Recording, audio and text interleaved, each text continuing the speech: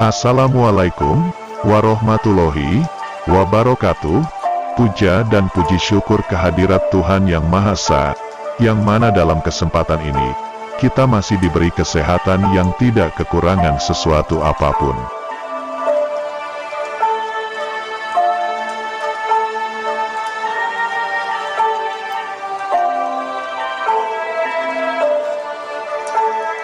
Segala bentuk carut-marut permasalahan di Nusantara ini, dari mulai kriminalitas menurunnya akhlak budi pekerti, bahkan terorisme dan lain-lain, tanpa kita sadari bahwa ujung dari penyebabnya adalah urusan ekonomi. Bagaimana bisa orang yang menjadi tidak damai, tidak tentram, dan tidak sejahtera menjadi jernih dalam berpikir dan bertindak, apalagi mempunyai jiwa-jiwa kepahlawanan dan spiritualis Nusantara yang sejati. Jika kesejahteraannya saja masih belum terpenuhi, maka hal tersebut menjadi penting untuk mengembalikan kapasitas, agar kita layak untuk mendapatkan haknya masing-masing, bersih dari para pencuri-pencuri yang selama ini menjadi masalah krusial bangsa ini. Walaupun setiap hak yang berhak diterima pun saya kira nantinya tidak lepas dari ngunduh wohing pakartinya masing-masing. Demi kemanusiaan sudah sering ada peringatan bahwa saat ini jangka sabdo palon memang benar-benar sedang terjadi, namun banyak orang masih tidak mempercayainya.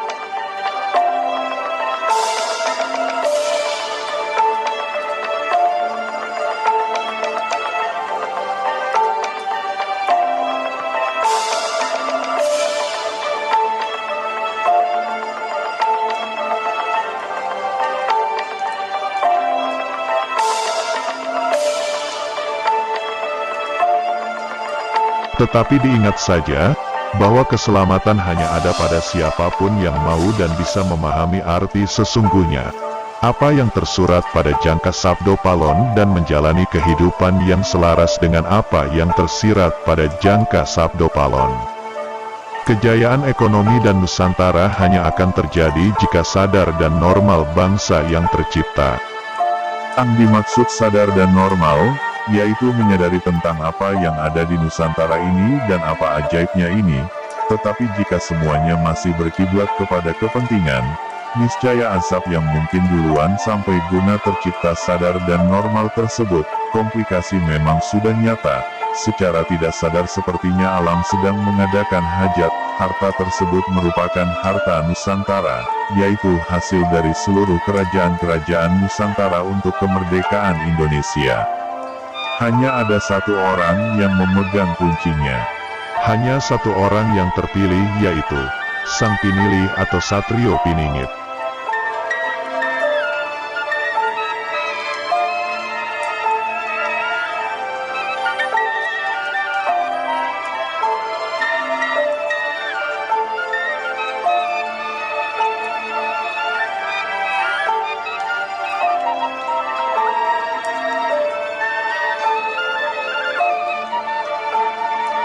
Satrio Piningit akan muncul bukan hanya dengan menumbuhkan jiwa-jiwa sejati Nusantara, tetapi juga akan membawa harta amanah itu. Beliau tidak mungkin berbicara kesejahteraan umat tanpa ada alatnya. Sebelum beliau muncul, untuk sekarang perbanyaklah amal sedekah jikalau mampu. Sebab nanti di saat beliau muncul sudah masuk zaman gemar Pahlo Jinawi. Sehingga banyak orang yang mau bersedekah tetapi tidak ada yang mau terima, dikarenakan mereka merasa mampu semua. Tetapi sebelum itu, akan ada yang terjadi, yaitu seleksi alam. Mulai sekarang perbanyaklah amal sedekah serta eling dan waspada, karena kita tidak tahu akan terjadi apa di kemudian harinya.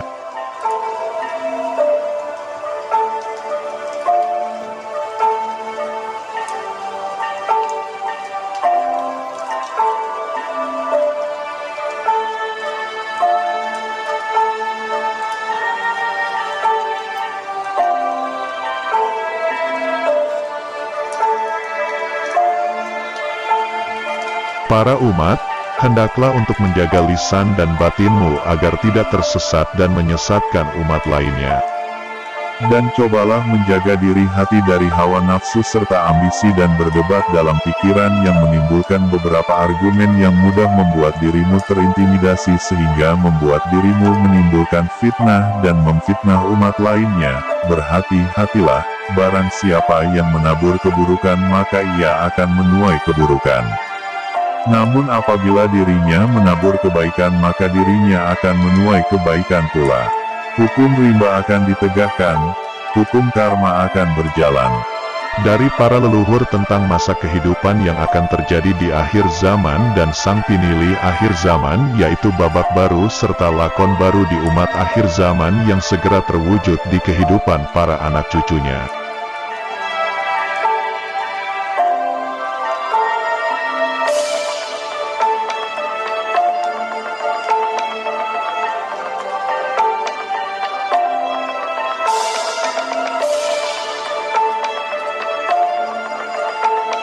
Perlu diketahui bahwa sang pinili akhir zaman itu mempunyai sifat kesabaran bagaikan pedang dua mata, bagaikan para nabi terdahulu yang melawan musuh-musuhnya. Akan tetapi berhati-hatilah, sebab pedang dua mata tersebut bisa menjadi sebuah senjata yang mematikan ketika dirinya merasa terhianati oleh orang yang di sekitarnya. Tuhan Yang Maha Esa telah menyelipkan kekuatan di dalam diri sang pinili, sang pemimpin akhir zaman, yaitu sebuah api. Bagi siapapun yang menentang dan bahkan mengkhianati dirinya, maka api itu akan menghanguskan dan membakar dirinya sampai menghanguskan tulang-tulangnya. Namun bukan hanya itu, api yang di dalam dirinya bisa membuat sebuah kehangatan ketika dilanda suasana kedinginan. Akan tetapi kekuatan tersebut tidak bisa digunakan secara semena-mena atau sesuai keinginan dirinya.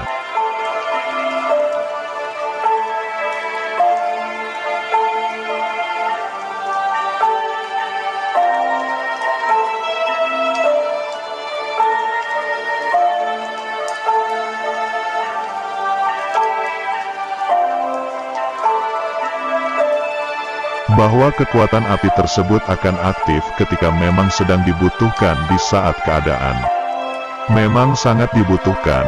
Perlu diketahui pula bahwa Tuhan Sang Pencipta kehidupan telah menyelipkan sifat kelembutan bagaikan selembut sutra, yang membuat keadaan di sekitarnya nyaman akan keberadaan dirinya. Akan tetapi, bahwa kelembutan yang bagaikan selembut sutra itu bisa membuat kematian yang tidak terasa diam-diam mengerogoti anggota tubuh orang yang di sekitarnya, karena tidak sesuai kebenaran yang ia bawa.